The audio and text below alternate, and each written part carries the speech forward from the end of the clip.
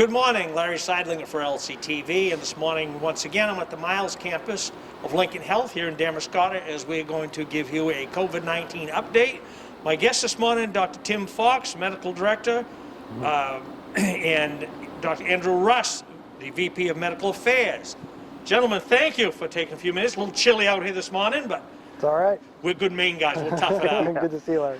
Dr. Fox, can you give me an update on what's happening in Lincoln County in the terms of the number of cases and the community spread, and the vaccine is on everybody's mind? What's going on?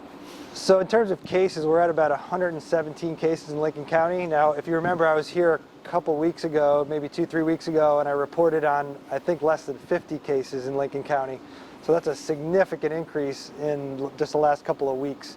So that's indicative of community spread. We're seeing a lot of people that are testing positive, and we don't know where they got it, but they're clearly getting it from somewhere, and they're coming in droves with this problem. Can you speak a little bit about the vaccine? What do you know?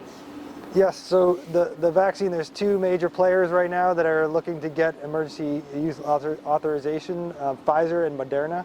There are two different companies coming out with the vaccine. The differences between the two vaccines is one is a little more stable than the other. The Pfizer vaccine requires a lot of refrigeration and a lot of logistics in order to get it to people. But if all goes well, we'll start receiving vaccine for at least first line providers within the next month or so. So the general community probably won't see it till the early part of 2021. So maybe end of the spring or so.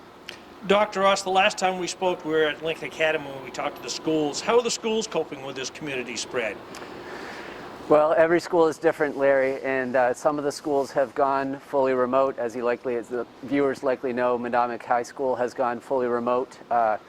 Some of the schools are full-time in person still, and then yet other schools are hybrid. So the schools are doing their best. I think the important thing to know is that even with the schools with the positive identified cases in the school, there has not been transmission in a school or throughout a school, and so the schools are doing a great job of keeping the schools that are open as safe a place to be as possible. Is there talk at the school level about vaccine, how that's going to all play out yet? I don't think that's on their horizon yet. I think they're dealing more with day-to-day operations and the mental health, really, of their students and their staff. Trying to get through day-to-day. Yeah, yep. Dr. Fox, I understand that Lincoln Health has placed a more restrictive visitation policy in place. Can you explain that and I guess the obvious reasons? Yeah, so as cases have risen across the state and across our community as well, we've decided to cut back on visitation, kind of to the place that we were back in the spring. If you all remember, we didn't allow visitors into the hospital except under extreme situations, or if you need help getting around the hospital or talking to the doctor or the provider with about your medical concern. We've allowed up to 2 parents to come in with pediatric patients, but for the most part, we're not allowing visitors to come into the hospital, including the emergency department. Dr. Ross, there was an outbreak reported at Cove's Edge earlier this week. Can you give me some information on what's happening or update on what that's going on? Sure, absolutely. So those positive employees were identified during universal screening. So that means that all of the employees and the residents of Cove's Edge and St. Andrews have to have testing every week. The 3 positive employees did not contract the disease at Cove's Edge, nor did they spread it at Cove's Edge. All of the residents have tested negative. So I think it's important to know that an outbreak is more of a numbers designation. Having 3 people in a location identifies them as an outbreak, but that does not mean that there's ongoing COVID spread within the facility. It's closed to new admissions for the time being, and we will be testing weekly. And if we have 2 weeks in a row of completely negative tests, Cove's Edge will be back fully operational. And the teams there are just doing, as you know, an unbelievable job under really trying circumstances. Some tough Yeah. situations. Yep. Dr. Fox, there was a case in ophthalmology involving an employee. What can you tell us about that? So once the patient was identified, or the case was identified, this was a case that was identified as a asymptomatic screening test or a test that was done for an asymptomatic person. So once that was identified, we looked back in the logs and identified anyone that person could have been in contact with as far as patients. contacted all those patients, and employee health worked with our employees, staff, and physicians there to ensure that they were covered as well. Dr. Russ, I'm going to go off script here a little bit. Can you describe for the folks at home what asymptomatic really is, what it means? Well, asymptomatic I mean, if you are an asymptomatic COVID positive person, it means that you don't have a sore throat, you don't have a fever, you don't have a cough, you don't have body aches. You're just walking and talking and feeling great. The reason that someone who's asymptomatic might be tested is either we're testing them because they're employees and they're being screened at Cove's Edge, or if you were exposed to someone who is known to have COVID and was tested because you're a close contact, then those people could be positive. And it's certainly not uncommon to be asymptomatic and to have a positive test, which is one of the reasons why the masking, the distancing, all of the other things we're doing, it remains so important, because you don't know whether you could potentially have the ability to spread the disease. And then Dr. Fox, if somebody tests as asymptomatic, they still need to quarantine. If they're positive and asymptomatic, yes, because they can still spread the virus. So especially in the first week or so, they can still spread the virus just like anybody else. Are there any additional steps you take to keep patients safe, and can people still have confidence in their appointments coming to the hospital? Yeah, so we're doing everything we can to keep people as distanced as possible through the offices, and trying, again, back to the visitation policy, trying to keep as many people out of the facility as we can. The less people around, the less likelihood that we're going to spread the virus. So distancing, encouraging mask use. We have a mask mandate that we've all been subject to in the state, and we also have that within our facilities as well. So if you're in one of our buildings, you have a mask on, and you're also screened for symptoms as well.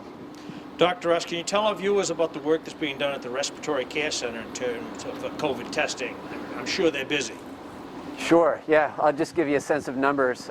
Tuesday we did 135 tests at the Respiratory Care Center. Yesterday we did 128 tests at the Respiratory Care Center. And I think even more impressive than that, both of those days, more than 700 calls coming and going from the Respiratory Care Center. So if you can imagine what 700 calls is like, 700 calls coming and going from your kitchen, imagine that at the Respiratory Care Center. And every one of those phone calls is a complicated call.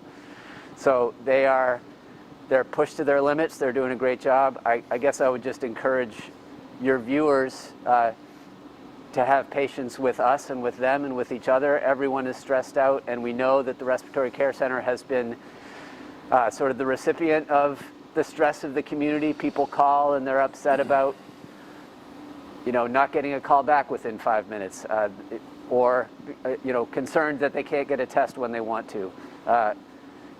The teams are doing their best, and we plan to, as those demands ramp up, we're going to increase our capacity, increase our staffing, whatever we need to do to respond to the community needs. But they're doing their best. Have some patience. Yeah.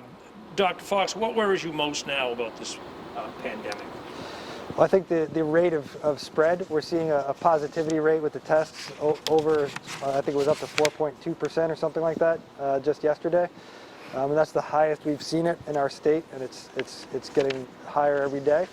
We're having more and more cases, and what that means is if we continue at this rate by mid-February or so, we might not have enough hospital beds to take care of the people who are actually hospitalized for this problem. And I don't mean just here, I mean within the whole state we could run out of hospital beds. So we really need to do what we can to flatten the curve and keep as many people out of the hospital as we can. Final words, gentlemen. Dr. Russ, I'll start with you. Anything else you'd like to add to this? Well, just the other thing that we are concerned about, obviously Thanksgiving is coming, and that's a time of year that I personally, and I'm sure everyone who is watching, looks forward to get together with family. And those plans should be really, really carefully thought through. Keep your gatherings small, keep your travel to a minimum, and do your best, because I do worry that could sort of blow the lid off if people are not taking that seriously. And Dr. Fox, I know you're in charge of the emergency room down here, work in the emergency room. Any of your final thoughts on this? Yeah, I'm no longer in charge of the ED, but I still do work there. Okay, well, we got that straight. Yeah, we're doing everything we can down there. Dr. Tippy is the emergency department director, and he's doing a great job with Brenda Thompson to make sure everybody's safe when they come into the ED for a non-COVID related problem. We're doing a lot of administrative testing in the ED for patients who don't have symptoms but have other problems who are admitted to the hospital. But we're trying to make it keep making it a safe place to come for your emergency problems. So we want to encourage people that if they do have an emergency to come in and get checked out. Great. Okay. Gentlemen, I'd like to thank you both for taking a few minutes this morning to continue this COVID-19 update. It's been a big help for the folks at home. Really enjoy it. We've really enjoyed working here. It's Larry Seidlinger for LCTV, and once again, we're at the Miles campus of Lincoln Health, and we thank you for watching this COVID-19 update. Thank you, and we'll see you next time.